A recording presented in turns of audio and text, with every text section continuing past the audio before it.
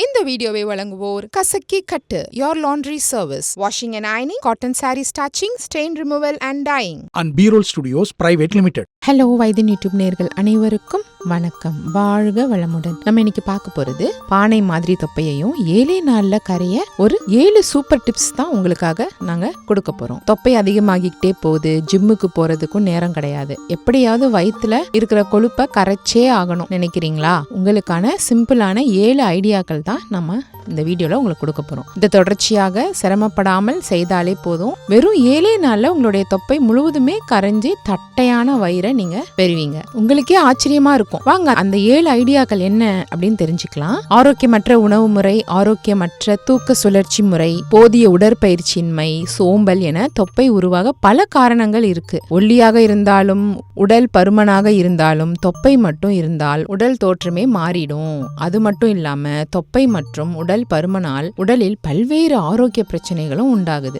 சரி, இந்த தொப்பையை குறைக்க தான் நம்ம உங்களுக்கு ஒரு வழி சொல்றோம். வாங்க வீடியோக்குள்ள போலாம். முதல்ல சர்க்கியூட் ஒர்க் அவுட். ஒரே நேரத்துல உடல்ல உள்ள தசைகளையும் வலிமைப்படுத்த வேண்டும், கொழுப்பையும் எரிக்க வேண்டும் என்றால் அதற்கு மிக சிறந்த வழி இந்த சர்க்கியூட் பயிற்சிகள் என்று சொல்லலாம். லாஞ்சஸ், புஷ்அப்ஸ் மற்றும் புல்அப்ஸ் பயிற்சிகளை அடங்கிய தொகுப்பு தான் இந்த சர்க்கியூட் பயிற்சி என்று சொல்றாங்க. இந்த ஒவ்வொரு உடற்பயிற்சியையும் 10 நிமிடங்கள் செய்யுங்க. இடையிடையே ஸ்கிப்பிங் பயிற்சியும் செய்யணும். லாஞ்சஸ், புஷ்அப் அண்ட் புல்அப், இது 3 எக்ஸசைஸும் நீங்க கொஞ்சம் இடைவெளி விட்டு நீங்க பண்ணிட்டே இடையில ஸ்கிப்பிங்கும் பண்ணிட்டே இருந்தீங்கன்னா இதன் மூலம் குறைந்தபட்சம் 500 - 600 கேலரிகள் வரை நம்ம எளிதா எரிக்க முடியும். அப்புறம் அடி வயிற்று தசைகளுக்கான பயிற்சி.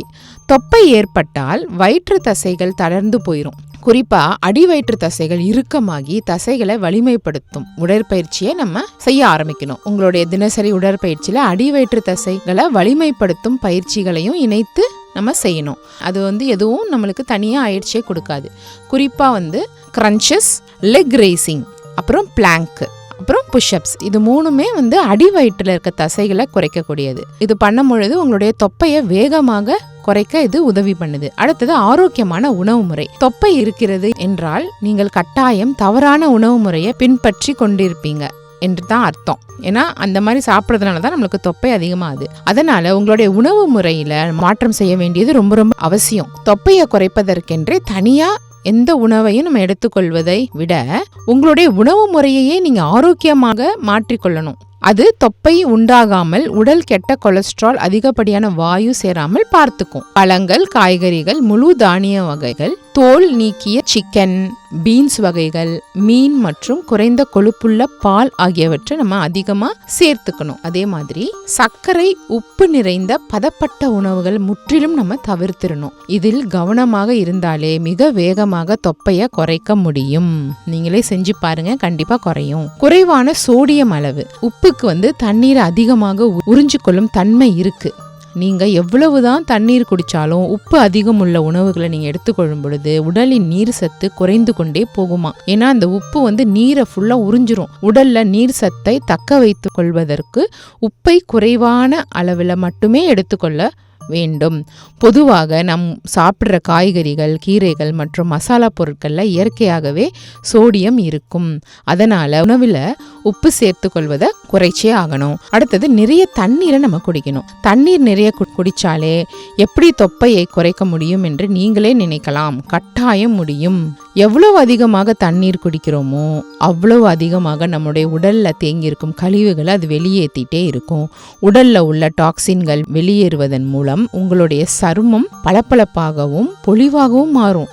வயிற்று தொப்பையும் குறைந்து தட்டையான வயிறை நீங்க பெற முடியும். வயிறு மட்டும் இல்லாம நம்மளோட தோற்றமே மாறிடும். தண்ணீர் குடிப்பது என்பது வெறும் சாதாரணமான தண்ணீர் மட்டும் குடிப்பது கிடையாது. ஒரு நாளை உணவுல அதிக அளவு திரவ நிலை உணவுகளாக நீங்க எடுத்துக்கொள்ளணும். ஆன்டி ஆக்சிடென்ட்கள் நிறைந்த கிரீன் டீ மற்றும் இனிப்பு சேர்க்காத எலும்பிச்சை சாறு, பழச்சாறுகள், மோர் ஆகியவற்றையும் நம்ம நிறைய எடுத்துக்கணும். தண்ணீர் இல்லாம இந்த மாதிரியான நீரையும் நம்ம எடுத்துக்கலாம். அடுத்தது மது அருந்துவதை தவிர்த்திடணும்.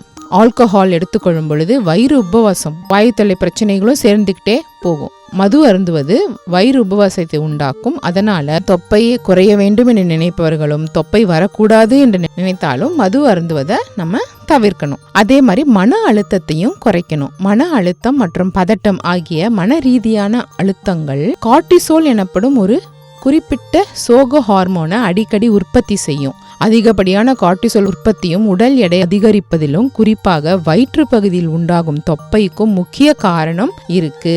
அதனால மன அழுத்தம் இல்லாமல் எப்போதும் மனதை இலகுவாகவும் மகிழ்ச்சியாகவும் நீங்க வச்சுக்கணும். மன அழுத்தமாகவோ பதட்டமாகவோ இருந்துச்சுன்னா தினமும் சிறிது நேரம் நீங்க தியானம் செய்ய ஆரம்பிக்கலாம். அப்படி தியானம் செய்ய ஆரம்பிச்சிங்கன்னா உங்களோட மன அழுத்தம் கொஞ்சம் கொஞ்சமாக குறைஞ்சிரும். இந்த வீடியோ உங்களுக்கு பிடிச்சிருந்ததுன்னா லைக் பண்ணுங்கள், ஷேர் பண்ணுங்கள். மறந்துடாமல் நம்ம வைத்தியன் யூடியூப் சேனலை சப்ஸ்கிரைப் பண்ணிவிடுங்க.